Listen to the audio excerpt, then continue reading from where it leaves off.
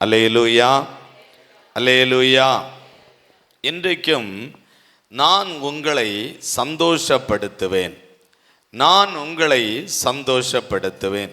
இந்த வேத புஸ்தகம் முழுவதும் நம்ம வாசிக்கும்போது சிலருடைய வாழ்க்கை துக்கம் நிறைந்ததாய் இருந்ததை நம்ம பார்க்கிறோம்.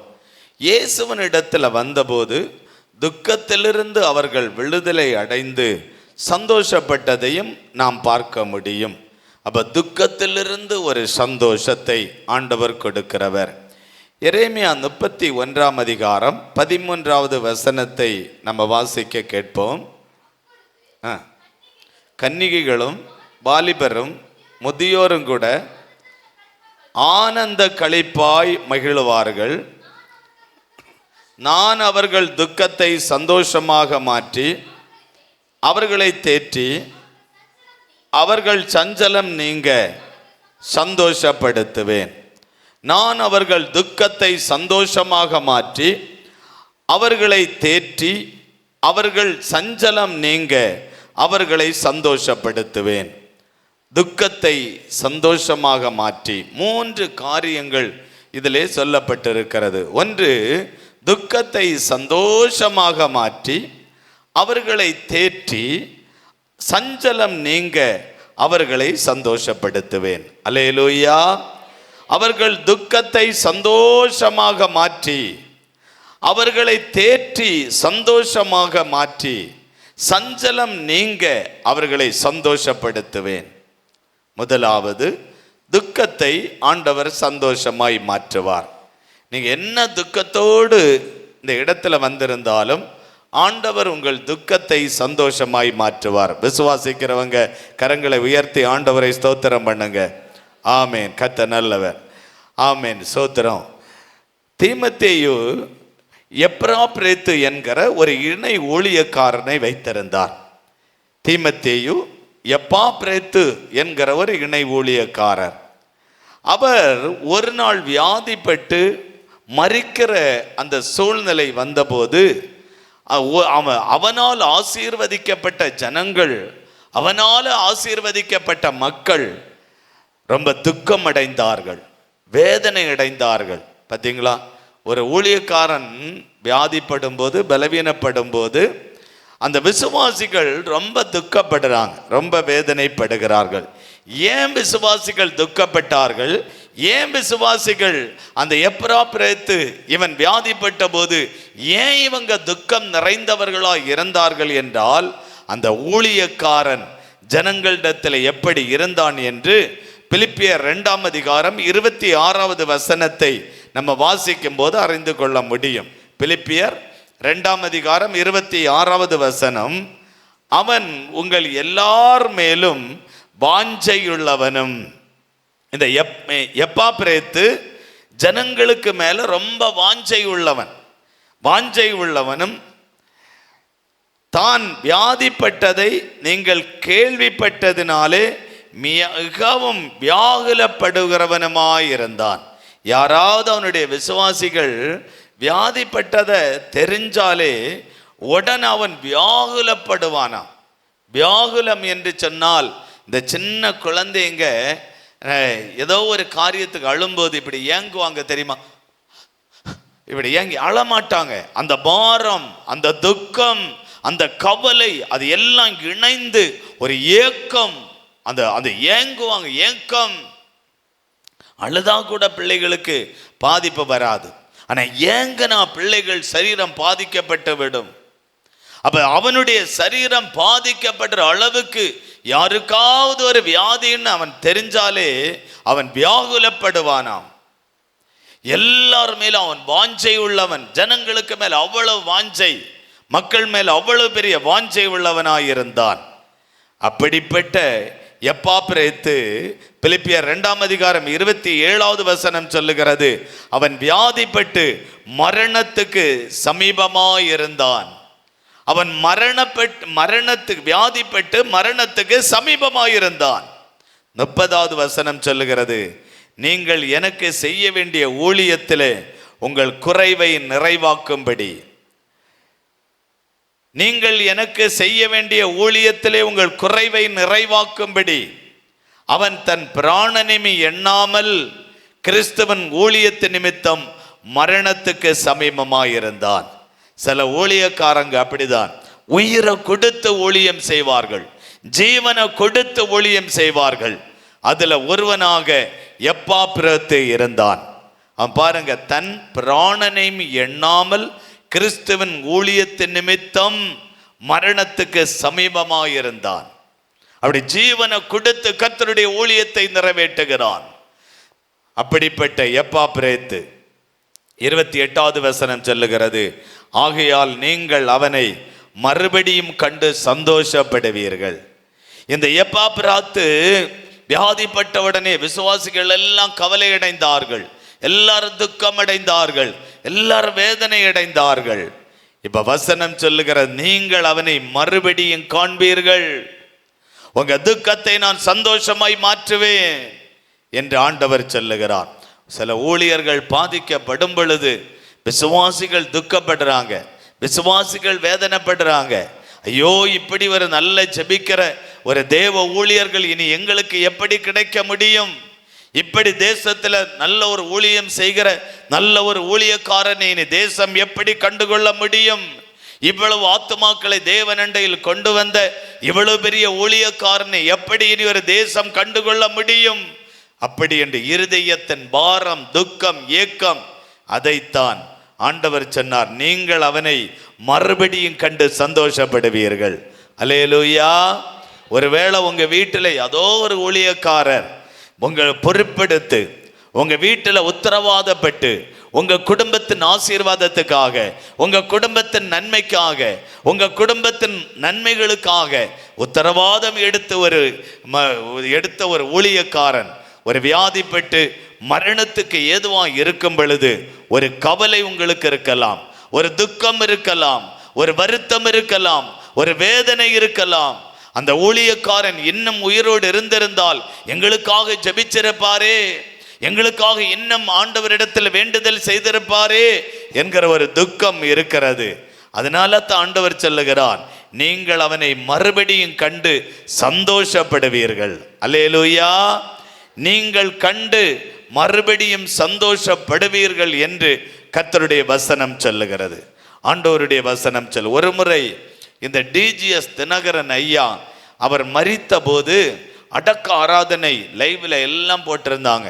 2 லட்சத்துக்கும் அதிகமான ஜனங்கள் அந்த அடக்க ஆராதனையிலே கூடினார்கள் என்று சொல்லப்பட்டது.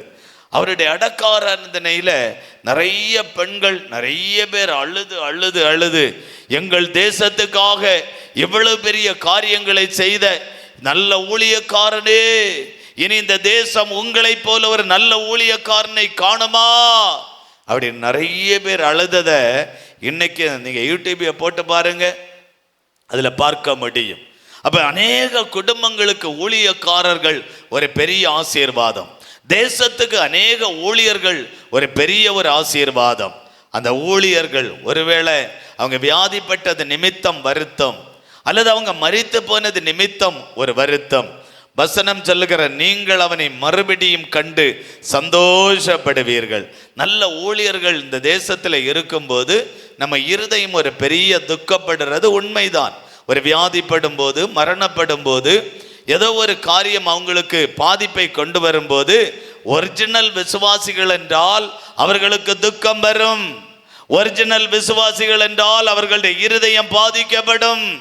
வசனத்தில் பாருங்க, அப்போஸ்தலர் 9ஆம் அதிகாரத்தை நம்ம வாசிக்கும் போது, யோப்பா என்கிற ஒரு பட்டணத்தில் தொற்காயில் என்கிற ஒரு சகோதரி இருந்தாள். இவள் அந்த கிராமத்திலே அந்த ஏழைகளுக்கு நற்கிரியைகளையும் தருமங்களையும் செய்து கொண்டு வந்தாள் என்று வேதம் சொல்லுகிறது. இவளே ஒரு ஏழை, இவளே ஒரு துணி தைச்சு அதிலிருந்து கிடைக்கிற வருமானம் தான் இவளுடைய வாழ்வாதாரம், அதுதான் இவளுடைய வருமானம். ஆனால் வேதம் சொல்லுகிறது, அந்த தொற்காள் நற்கிரியைகளையும் தருமங்களையும் மிகுதியாய் செய்து வந்தாள். நிறைய வருமானத்துக்கு அதிகமான நிறைய உதவிகளை இந்த தொற்காள் செய்து வந்தாள் என்று அப்போஸ்தலர் 9ஆம் அதிகாரம் 36வது வசனத்திலே வாசிக்க முடியும். அந்நாட்களில் அவள் வியாதிப்பட்டு மரணமடைந்தாள். அந்த உதவி செய்த அந்த காலத்தில் அவளுக்கு ஒரு கொடிய வியாதி வந்து அவள் மரணம் அடைந்தாள். அவளை குடிப்பாட்டி மேல் வீட்டிலே அங்கே படுக்க வைத்திருக்கிறார். அந்த மேல் வீட்டிலே படுக்க வச்சிருக்காங்க. 39வது வசனம் சொல்லுகிறது, அப்பொழுது விதவைகள் எல்லாரும் அழுது, எல்லாரும் அந்த இடத்துல அழுது, தொற்கால் தங்களுடனே கூட இருக்கையில்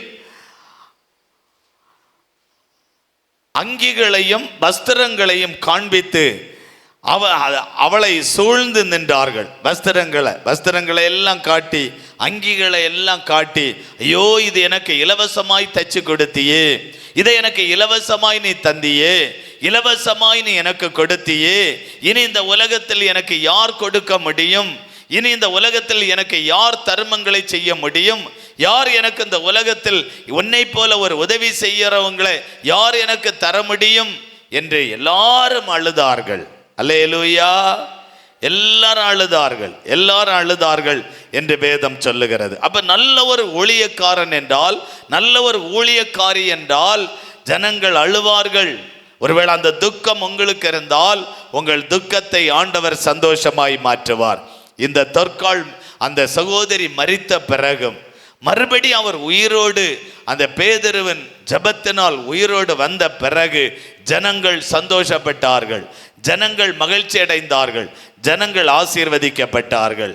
இங்க பாருங்க, சாரிபாத் என்கிற ஊருக்கு ஒரு எலியா என்கிற ஒரு ஊழியக்காரன் போகிறான். அங்கே அவ்வளவு ஒரு விதவை, அவளுக்கு ஒரே ஒரு மகன். 1 ராஜாக்கள் 17:17 வாசிக்கும் போது, வீட்டுக்காரியாகி அந்த ஸ்திரியின் மகன் வியாதியில் விழுந்தான், மரித்து போனான்.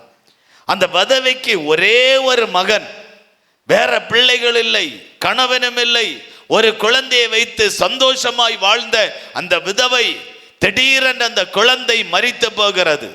அந்த தாய்க்கு எவ்வளவு பெரிய துக்கம், அந்த தாய்க்கு எவ்வளவு பெரிய வேதனை, எவ்வளவு பெரிய துக்கம், எவ்வளவு பெரிய வேதனை.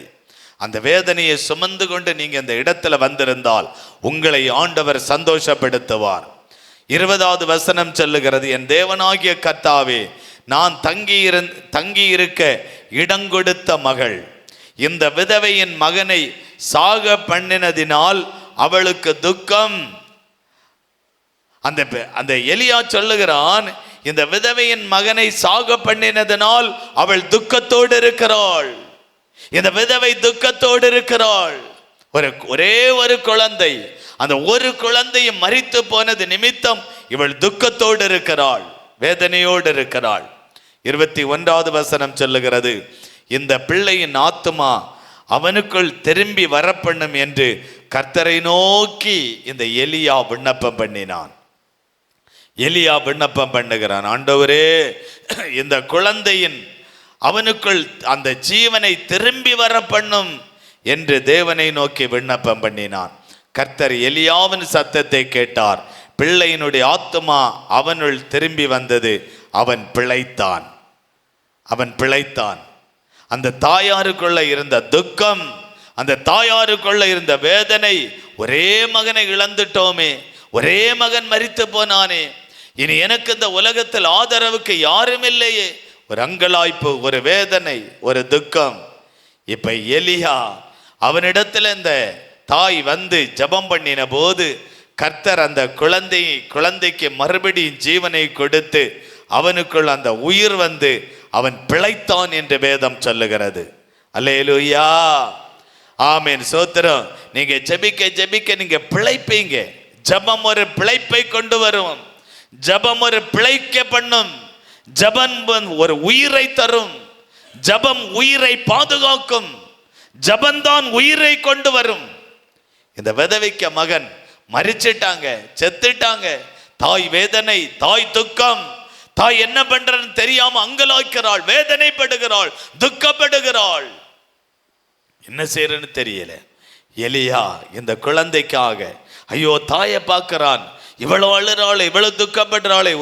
அவனுக்குள்ள ஒரு பாரம் வருகிறது, ஒரு ஏக்கம் வருகிறது. சில விசுவாசிகள் அழுகிறதையும் துக்கப்படுகிறதையும் வேதனைப்படுகிறதையும் சில ஊழியர்களுக்குள்ள வேதனை கொண்டு வரும். தனக்கு நடந்ததாக அந்த வேதனை, தனக்கு வீட்டிலே, தனக்கு குடும்பத்திலே, தனக்கு வாழ்க்கையிலே நடந்ததாக அது அப்படி அந்த வேதனை வரும். அப்படி அந்த எலியாவுக்கு அப்படிப்பட்ட அந்த வேதனை வந்தது. ஐயோ, ஒரே மகனை வைத்திருந்த அந்த தாயினுடைய உள்ளம் வேதனைப்படுகிறது. அந்த வேதனையை தானே சுமக்கிறவனாய், அந்த வேதனையை தானே ஏற்றுக்கொண்டவனாய், அந்த வேதனையை தானே ஏற்றுக்கொண்டவனாய் அந்த பாரத்தோடு ஆண்டவரிடத்தில் ஜெபம் பண்ணுகிறான். பாரத்தோடு ஜெபிக்கிறான், பாரத்தோடு ஆண்டவரிடத்தில் ஜெபம் பண்ணுகிறான். அந்த பாரத்தை ஆண்டவர் கண்டு அந்த மகனை ஆண்டவர் பிழைக்க பண்ணினார். அல்லேலூயா. வீட்டிலையும் நல்ல ஊழியர்களை அழைத்து ஜெபிங்க. நல்ல ஊழியர்கள், கெட்ட ஊழியர்கள் வேண்டாம். இங்கே நல்லதும் இருக்கு, கெட்டதும் இருக்கு. ஒரிஜினலும் இருக்கு, டூப்ளிகேட்டும் இருக்கு. ஒரிஜினலும் இருக்கு, டூப்ளிகேட். அதனால உங்கள் இருதயத்துக்கு பிடிச்ச நல்ல ஊழியர்களை அழைத்து நீங்க ஜெபிப்பது நல்லதுதான், நல்லதுதான். அதுக்காக கள்ள போதகர்கள், கள்ள தீர்க்க தரிசிகள், கள்ளர்கள் மலிந்து விட்டார்கள். ஜாக்கிரதையாகவும் இருங்க. கர்த்தர் நல்லவர். எலியாவை போல நல்லவர்களும் உண்டு. எலியாவை போல உங்கள் மேல் பாரம் கொண்டவர்களும் உண்டு. எலியாவை போல உங்களுக்காக உத்தரவாதப்பட்டவர்களும் உண்டு. எலியாவை போல ஜெபிக்கிறவர்களும் உண்டு. நல்ல போராடி ஜெபம் பண்ணுகிறவர்களும் உண்டு. அப்படிப்பட்டவர்களை அடையாளம் கண்டு உங்க வீட்டில் ஜெபிச்சா ஒரு பெரிய ஆசீர்வாதம். அல்லேலூயா. அல்லாம கள்ள தீர்க்க தரிசனங்களை வந்து சொல்லி ஏமாந்து போகிற ஒரு காலம். ஏமாறாதுங்க. கர்த்தர் நல்லவர். இப்போ ஆண்டவர்களை சந்தோஷப்படுத்துவார். எந்த ஊழியர்கள் பாதிக்கப்பட்டாங்களோ, ஐயோ அன்னைக்கு எனக்கு வந்து எவ்வளவு பொறுப்பெடுத்து எவ்வளவு நல்லா ஜெபம் பண்ணினாங்க, எவ்வளவு ஜெபிச்சாங்க, எவ்வளவு ஜெபம் பண்ணினாங்க, இன்னைக்கு அவங்க அந்த உலகத்தில் இல்லையே. அவங்க இன்னைக்கு இருந்திருந்தா எனக்காக ஜெபிச்சிருப்பாங்களே, அவங்க இருந்திருந்தா எங்க குடும்பத்துக்காக ஜெபிச்சிருப்பாங்களே. உங்க இருதயம் பாதிக்கப்படுகிறதா? உங்க இருதயம் துக்கப்படுகிறதா? ஆண்டவர் உங்கள் துக்கத்தை சந்தோஷமாய் மாற்றுவார். ஒரு தீமத்தேயுக்கு இணை ஊழியனாய் இருந்த எப்பாப்பிரேத்து, அது அவன் மரணத்துக்கு ஏதுவாய் அப்படி இருந்தபோது ஜனங்கள் அவனை குறித்து துக்கப்பட்டார்கள், அவனை குறித்து ஜனங்கள் வருத்தப்பட்டார்கள். ஒருவேளை உங்க வருத்தம் அதில் அப்படியா இருந்தால் உங்கள் துக்கத்தை ஆண்டவர் சந்தோஷமாய் மாற்றுவார். அல்லேலூயா. ஒருவேளை உங்க வீட்டில் என்ன பாதிப்பு வந்தாலும், என்ன வேதனையான ஒரு சம்பவங்கள் சம்பவிச்சாலும், ஒருவேளை உங்க வீட்டில் என்ன கஷ்டங்கள் வந்தாலும், உங்களுக்காக ஜெபிக்க ஒரு ஊழியர்கள் இல்லை என்று நீங்கள் வருத்தப்பட வேண்டாம். நீங்களே ஜெபம் பண்ணுங்க. நீங்க ஜெபிச்சாலே ஆண்டவர் கேட்டு ஒரு பெரிய அற்புதத்தை ஆண்டவர் செய்வார். ஒருவேளை உங்களுக்காக பாரப்பட்டு ஜெபம் பண்ணுகிற நல்ல ஊழியராக இருந்தால் உங்க வீட்டில் அழைத்து அவங்களுக்கு நல்ல ஜெபம் கேட்டும், நல்ல ஜெபம் பண்ணட்டும், நல்ல ஜெபிக்கட்டும், நல்ல சாப்பாடு கொடுங்க, நல்ல காணிக்கை கொடுங்க, ஒன்றும் தப்பு இல்லை. ஆனால் கர்த்தர் இந்த எலியாவை போல ஊழியர்கள், எலியாவை போல பாரம் கொள்ளுகிறவர்கள், எலியாவை போல ஜெபிக்கிறவர்கள், அவர்களை அழைத்து ஜெபித்தால் உங்க வீட்டில் விடுதலை, உங்க வீட்டில் சுகம், உங்க வீட்டில் ஆசீர்வாதம், உங்க வீட்டில் நன்மை, உங்க வீட்டில் உயர்வு உண்டாகும். அல்லேலூயா. கர்த்தருக்கு ஸ்தோத்திரம். ஆண்டவருக்கு நன்றி, மகிமை. அல்லேலூயா. ஸ்தோத்திரம். கர்த்தர் நல்லவர். முதலாவது ஆண்டவர் உங்களை சந்தோஷப்படுத்துவார். இரண்டாவது உங்களை தேற்றுவார். ஆண்டவர் உங்களை தேற்றுவார். சில நேரங்களில் உங்களுக்குள்ள ஒரு துக்கம் வரும்போது, ஒரு வேதனை வரும்போது நீங்க என்ன பண்றதுன்னு தெரியாம அப்படியா திண்டாடுவீங்க, அங்கலாய்ப்பீங்க, வேதனைப்படுவீங்க. யாராவது ஒரு வார்த்தை வந்து, நீ ஏன் துக்கத்தோடு இருக்கிற, ஏன் நீ வேதனையோடு இருக்கிற, ஏன் நீ இந்த மாதிரி ஒரு துக்கமான ஒரு முகத்தோடு இருக்கிற, நீ எதுக்கும் கவலைப்படாத, நான் இருக்கிறேன், நான் உனக்கு உதவி செய்கிறேன். என்ன பிரச்சனையாயிருந்தாலும், என்ன காரணமாயிருந்தாலும் நானே உனக்கு உதவி செய்கிறேன்னு சொல்லும்போது அவங்க தேற்றப்படுவார்கள். சரி, ஆண்டவர் உங்களை எப்படி தேற்றி சந்தோஷப்படுத்துவார்? இரண்டாவது, எப்படி ஆண்டவர் உங்களை தேற்றி சந்தோஷப்படுத்துவார்? ஏசாயா 66 அதிகாரம் 13வது வசனம். ஏசாயா 66:13. ஒருவனை அவன் தாய் தேற்றுவது போல் நான் உங்களை தேற்றுவேன். இந்த உலகத்தில் ஒரு தாய்க்கு நிகரான அன்பு, தாய்க்கு ஈடான ஒரு அன்பு இந்த உலகத்தில் வேறு அன்பு இல்லை. ஆகவே தான் ஆண்டவர் சொல்லுகிறார், ஒருவனை அவன் தாய் தேற்றுவது போல நான் உங்களை தேற்றுவேன். ஒரு தாய் தான் ஒரு குழந்தையை தேற்ற முடியும். அழுது கொண்டிருக்கிற குழந்தையை ஒரு தாய் தான் தேற்ற முடியும். அந்த தாய்க்கு ஈடாக வேறு யாரும் தேற்ற முடியாது. தாய்க்கு நிகராக அந்த குழந்தையை யாராலும் தேற்ற முடியாது. ஆண்டவர் சொல்லுகிறார், ஒரு தாய் குழந்தையை தேற்றுவது போல நான் உங்களை தேற்றுவேன் என்று ஆண்டவர் சொல்லுகிறார். தாய் எப்படி தேற்றுவாள் தெரியுமா? நீங்க அறிஞ்சு கொள்ளுங்க, தாய் தேற்றுவது எப்படி. அதே ஏசாயா 66:12 வசனம் சொல்லுகிறது, அப்பொழுது நீங்கள் பால் குடிப்பீர்கள், அப்பொழுது நீங்கள் பால் குடிப்பீர்கள். அப்ப ஒரு குழந்தைக்கு தாய் பால் கொடுத்து அந்த குழந்தையை தேற்றுகிறாள். எவ்வளவு அழுது கொண்டிருக்கிற குழந்தையாய் இருந்தாலும் அந்த குழந்தைக்கு பால் கொடுத்து அந்த குழந்தையை தேற்றுகிறாள். அந்த குழந்தையினுடைய அந்த துக்கம், அந்த கவலை, அந்த கண்ணீர் அப்படியே மாறி போகிறது. அதனால தான் ஆண்டவர் சொன்னார், ஒரு தாய் பிள்ளையை தேற்றுவது போல நான் உங்களை தேற்றுவேன். ஒரு தாய் பிள்ளையை பால் கொடுத்து தேற்றுகிறாள். இரண்டாவது, இடுப்பில் வைத்து சுமக்கிறாள். அந்த குழந்தை எவ்வளவு அழுகையோடு இருந்தாலும் அந்த குழந்தையை எடுத்து அந்த தாய் இந்த இடுப்பில் வைத்த உடனேயே அந்த குழந்தை அழுகையை நிறுத்தி விடுகிறது. அந்த குழந்தையை இடுப்பில் வைத்து அப்படி அவள் தேற்றுகிறாள். அந்த தாய் அந்த குழந்தையை இடுப்பில் வைத்து தேற்றுவது போல வேறு யாராலையும் தேற்ற முடியாது. அந்த அவளுடைய குழந்தைக்கு அவள்தான் அந்த குழந்தையை தேற்ற முடியும். அவள்தான் இடுப்பில் வைத்து அந்த குழந்தைக்கு ஏற்றாற் போல் அந்த குழந்தையை தேற்ற முடியும். உடனே குழந்தை அந்த அழுகையை நிறுத்தி விடுகிறது. அந்த குழந்தை அவள் எடுக்கிற விதம், அவள் இடுப்பிலே சுமக்கிற விதம் அப்படியே அந்த பிள்ளையை தேற்றுகிறது. உடனே அந்த குழந்தை எவ்வளவு பெரிய அழுகையில் இருந்தாலும் அந்த அழுகையை நிறுத்தி விடுகிறது. அப்ப இடுப்பில் வைத்து அந்த குழந்தையை சுமந்து அவள் தேற்றுகிறாள். மூன்றாவது, முழங்காலில் வைத்து தாலாட்டி தேற்றுகிறாள். தாலாட்டி தேற்றுகிறாள்.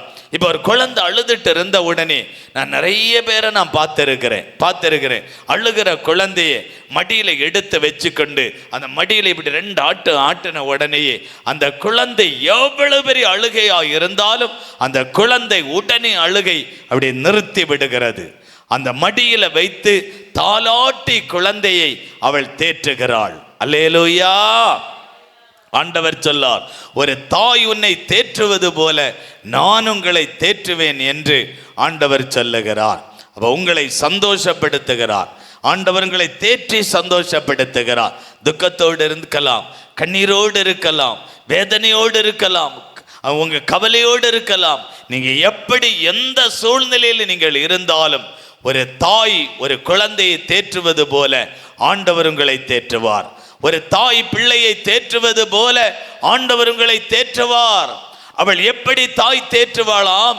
அவள் பால் கொடுத்து குழந்தையை தேற்றுவது போல நான் உங்களை தேற்றுவேன் என்று ஆண்டவர் சொல்லுகிறார். ஒரு தாய் குழந்தையை இடுப்பில் எடுத்து வைத்து அவள் சுமந்து தேற்றுவது போல நான் உங்களை இடுப்பில் சுமந்து வைத்து உங்களை தேற்றுவேன் என்று ஆண்டவர் சொல்லுகிறார். உங்க குழந்தையை, ஒரு தாய் குழந்தையை மடியில் எடுத்து வைத்து தாலாட்டி அந்த குழந்தையை தேற்றுவது போல உங்களை ஆண்டவர் மடியில எடுத்து வைத்து அப்படியே தாலாட்டி ஆண்டவர் உங்களை தேற்றுவேன் என்று இயேசு சொல்லுகிறார். அல்லேலூயா. அவர் உங்களை தேற்றுகிற ஒரு ஆண்டவர். உலகத்தில் யாரும் தேற்றுறதுக்கு இல்லையே, என்னை யாரும் தேற்றலையேன்னு நீங்க வருத்தப்பட வேண்டாம். உங்களை தேற்றுகிற ஒரு ஆண்டவர் இருக்கிறார். உங்களை தேற்றுகிற ஒரு கர்த்தர் இருக்கிறார். அவர் உங்களை தேற்றுவார். அவர் உங்களை தேற்றுவார். கடைசியாக அந்த சஞ்சலம் நீங்கி சந்தோஷப்படுத்துவார். சஞ்சலம் நீங்கி சஞ்சலம் என்றால் என்ன செய்யறதுன்னே தெரியாது, சடனா நடந்து போச்சு என்ன தெரியாது திகைச்சு நிற்பாங்க. அது என்ன செய்யறதுன்னே தெரியாம திகைச்சு போய் நிற்பாங்க. என்ன பண்றது, என்ன செய்யறது, திகைச்சு போய் நிற்பாங்க. இப்ப சடனா நான் சொன்னவன் அனிதான்னு ஒரு சகோதரி, அவங்க கணவன், அவங்க குடும்பம், அவங்க என்ன செய்யறதுன்னே தெரியாம திகைச்சு போய் நிற்கிறாங்க. என்ன செய்யறது, என்ன பண்றது, ஒண்ணுமே பண்ண முடியாத ஒரு சூழ்நிலை, திகைச்சு போய் நிற்கிறாங்க. எங்க வீட்டு பக்கத்துல ஒரு சகோதரி அன்னைக்கு இறந்தப்ப அந்த கணவன் யார்கிட்டையும் போய் மகனிட்டையும் போய் வாங்கி சாப்பிட்டு பழக்கம் இல்லை. அவங்க தனி குடும்பம். பிள்ளைகள் 2 பேரும் வெளிநாட்டில் இருக்கிறாங்க. அவங்க தனி குடும்பம், அங்கே போய் இருக்கிறாங்க. இவர் கணவனும் மனைவியும் தான் இவ்வளவு காலங்கள் வீட்டில் தனியாக இருந்து சந்தோஷமாக இருந்து மனைவி திடீர்னு இறந்த உடனே இவர் என்ன பண்ணுறதுன்னே தெரியல. இனி என்னையா பண்ண போறீங்க? பிள்ளைகள்கிட்ட போறீங்களா இல்லை மகனுக்கு வீட்டுக்கு போறீங்களா? என்ன பண்ண போறீங்க? அதை என்ன பண்ணுறதுன்னே தெரியல. திகைச்சு போய் நிற்கிறார். அந்த திகைச்சு போய் அதான் சஞ்சலம். நீங்க ஒருவேளை உங்க வாழ்க்கையில என்ன பண்றதுன்னே தெரியல பிரதர், என்ன பண்றதுன்னே தெரியல, ஒரு சஞ்சலம், என்ன செய்யறதுன்னு தெரியாம திகைச்சு போய் நிற்கிற ஒரு சூழ்நிலை. பிள்ளையினுடைய காரியத்துல என்ன பண்றதுன்னே தெரியல, ஒரு திகைச்சு போய் நிற்கிற ஒரு சூழ்நிலை. இந்த குடிகார கணவனோடு எனக்கு வயசு இவ்வளவுதான் ஆகிறது, இப்பதான் வாழ்க்கை ஆரம்பித்திருக்கிறேன், இனி எத்தனையோ காலங்கள் நான் வாழ வேண்டியது இருக்கிறது, என்ன பண்றதுன்னு தெரியல, திகைச்சு போய் நிற்கிறேன். இருந்த வேலை இழந்து விட்டேன், இனி என்ன பண்றது? ஒரு வருமானம் தடையாகிவிட்டது, ஒரு திகைச்சு போய் நிற்கிறேன். ஒரு சஞ்சலம், ஒரு திகைச்சு போய் நிற்கிற ஒரு சூழ்நிலை, ஒரு சஞ்சலம். சங்கீதம் 77 சங்கீதம் 4வது வசனம் சொல்லுகிறது. சங்கீதம் 77:4, நான் தூங்காதபடி பிடித்திருக்கிறேன், பேச மாட்டாதபடி சஞ்சலப்படுகிற. சில பேர் சஞ்சலப்படுறவங்க அவங்களுக்கு தூங்கினா தூக்கம் வராது, யார்கிட்டையும் பேசுறதுக்கு மனசு வராது, மௌனமாவே இருப்பாங்க. அதைத்தான் தாவீது சொல்லுகிறான், சங்கீதக்காரன், தூங்காதபடி என் இருதயத்தில் ஒரு சஞ்சலம், இருதயத்தில் ஒரு சஞ்சலம், என்ன பண்றதுன்னு தெரியல, என்ன பண்றது, ஒரு சஞ்சலம். அவன் தூங்கினா தூக்கம் வரவில்லை, யார்கிட்டையும் பேசுறதுக்கு மனசு வரவில்லை, யார்கிட்டையும் பேச அந்த மாதிரி ஒரு காரியம். லூக்கா 7ஆம் அதிகாரம் 11 சில வசனங்களை வாசிக்கும் போது, மறுநாளில் அவர் நாயின் என்னும் ஊருக்கு போனார். நாயின் என்னும் ஊருக்கு இயேசு அங்கே போனார். அவர் ஊரின் வாசலுக்கு சமீபித்த போது மரித்து போன ஒருவனை அடக்கம் பண்ணும்படி கொண்டு வந்தார்கள். அவன் தாய்க்கு ஒரே மகனாயிருந்தான். இயேசு நாயின் என்கிற ஊருக்கு போறார். அந்த ஊருக்கு அவர் போகும்போதே அங்கே மரித்து போன ஒரு மனிதனை கொண்டு வந்தார்கள். அது தாய்க்கு ஒரே மகன். அப்ப தாய் தகப்பனுக்கு எவ்வளவு பெரிய வேதனை, தாய் தகப்பனுக்கு எவ்வளவு பெரிய ஒரு துக்கம். இப்ப தாய் தகப்பன் ஒரே மகன் மரித்த பிறகு திகைச்சு போய் நிற்கிறாங்க. திகைச்சு போய் என்ன பண்றதுன்னே தெரியாம திகைச்சு போய் நிற்கிறாங்க. 13வது வசனம் சொல்லுது, கர்த்தர் அவளை பார்த்து அவள் மேல் மனதுருகி அழாதே என்று சொல்லி. நீங்க அழுது கொண்டு இருக்கிறீங்கல்ல, உங்க கிட்ட இயேசு வந்து அழாதே மகளே, அழாதே மகளே, நீ திகைச்சு போய் நிற்கிறாய், நீ சஞ்சலப்பட்டு நிற்கிறாய், வருத்தத்தோடு நிற்கிறாய், ஒரு வேதனையோடு நிற்கிறாய், தூங்கினால் தூக்கம் வரவில்லை, யாரிடத்திலும் பேசுவதற்கு மனசு வரவில்லை, அவ்வளவு பெரிய ஒரு துக்கம். ஒரு மனிதனுடைய இருதயத்தில் துக்கம் நிறைந்து இருக்கும் பொழுது யாரிடத்திலும் பேசுவதற்கு மனசு வராது, யாரிடத்திலும் பேச முடியாது, ஒரு துக்கம். அப்படிதான் இந்த ஒரே மகன் மரித்த பிறகு அந்த தாய் ஒரு துக்கத்தோடு இருந்தாள். கர்த்தர் அவளை பார்த்து அவள் மேல் மனதுருகி அழாதே என்று சொல்லி அவளுக்கு கிட்ட வந்து பாடையை தொட்டார். அடக்கம் பண்ணுவதற்கு கொண்டு போய்கொண்டு இருக்கும் பொழுது அந்த இயேசு அந்த பிணத்துக்கு முன்பதாக நின்று அந்த பாடையை தொட்டார். ஏன் தெரியுமா?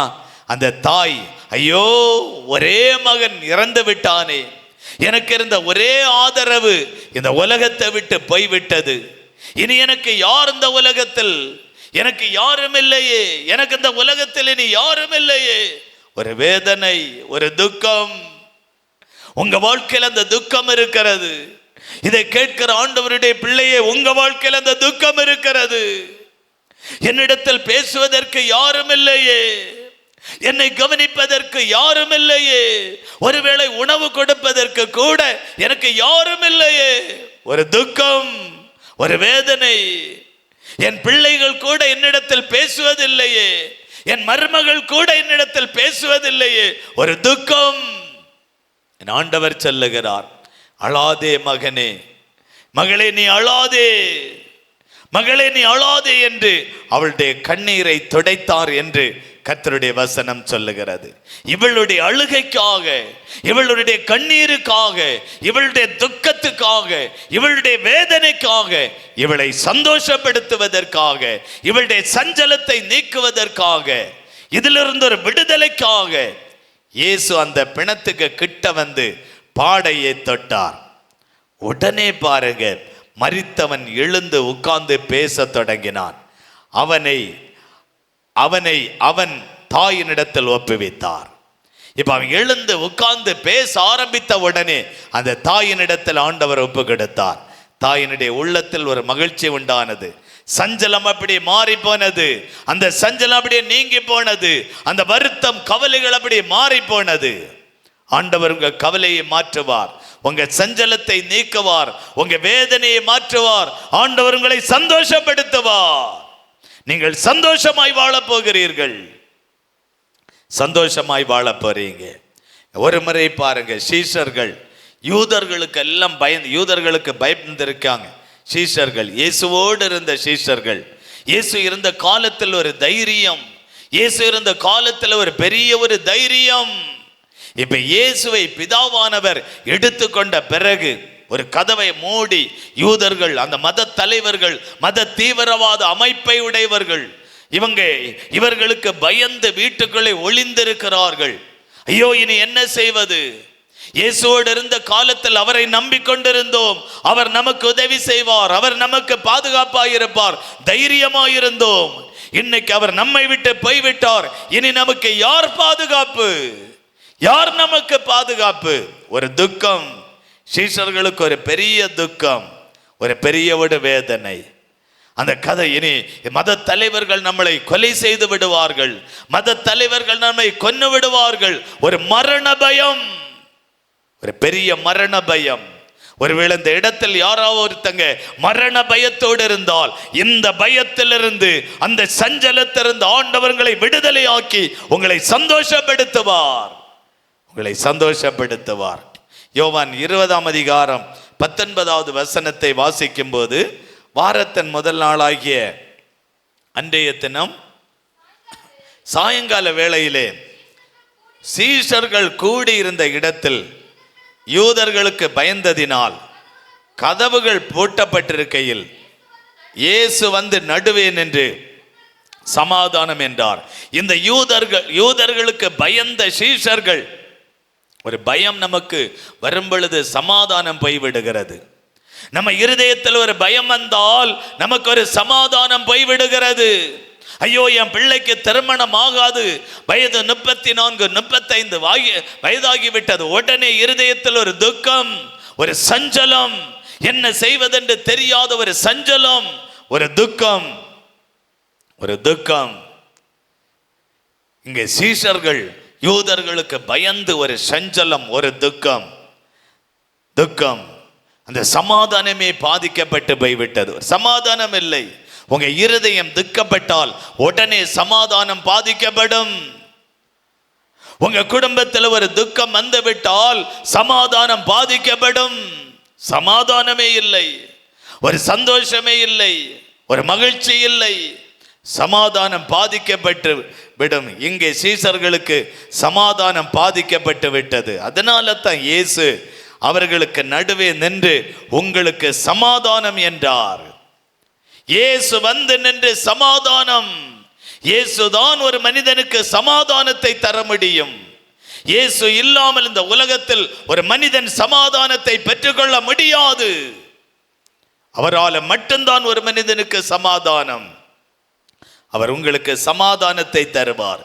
இந்த சீஷர்களுக்கு முன்பதாக இயேசு வந்து நின்ற உடனே அவர்கள் சமாதானம் அடைந்தார்கள், ஒரு தைரியத்தை அடைந்தார்கள், ஒரு நம்பிக்கையை பெற்றார்கள். சீஷர்களுக்கு சமாதானம் என்றார். 20வது வசனம் சொல்லுகிறது, யோவான் 20:20, சீஷர்கள் கர்த்தரை கண்டு சந்தோஷப்பட்டார்கள். அல்லேலூயா.